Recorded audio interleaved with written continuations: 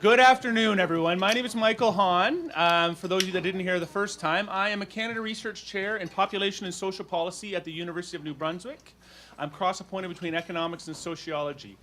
I use large-scale, often administrative data sets to study immigrant integration. So the topic for this panel, looking at changes in immigration selection policies, is somewhat new to me because I tend to look at what happens several years down the road once the data catch up to some of the policy changes that CIC has implemented. What I can tell you, and everybody in the room probably knows this already, is that over the past 2 or 3 decades, we've seen a precipitous decline in immigrant socioeconomic outcomes across Canada.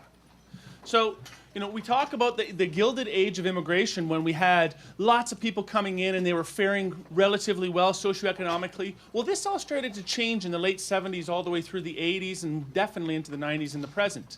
So the process has been fairly well documented, and I would say that to some extent the jury was a little bit out on what exactly the sources of these declines were. To some extent, that debate has been pushed aside to at least a little bit because what has been happening recently is that there have been massive changes in immigrant selection criteria. So in other words, what we have is a federal government issuing a statement that a large part of the reason for these declines is that there were problems in the selection process. So for me, I'm very interested in knowing what's going to happen a few years down the road once we get data that can look at whether or not these changes in selection criteria actually had their intended impacts. Until then, we have a star-studded cast of people that are going to tell you what will happen before it happens. First is Sandra Harder.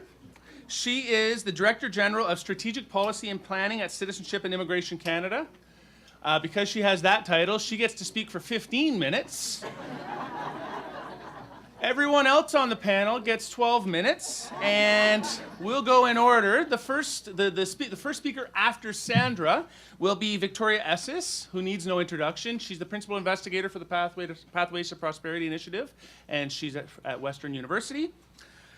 Second, Chedley Belkoja from the University of Moncton. So he's a fellow New Brunswicker, but he lives in the wrong city. He's going to talk to us about international students. Next, Julie Drolet, who lives in Edmonton but works at the University of Calgary, Edmonton campus. She's going to talk to us about she'll talk to us about employers. Fourth, Don Curry will address smaller communities.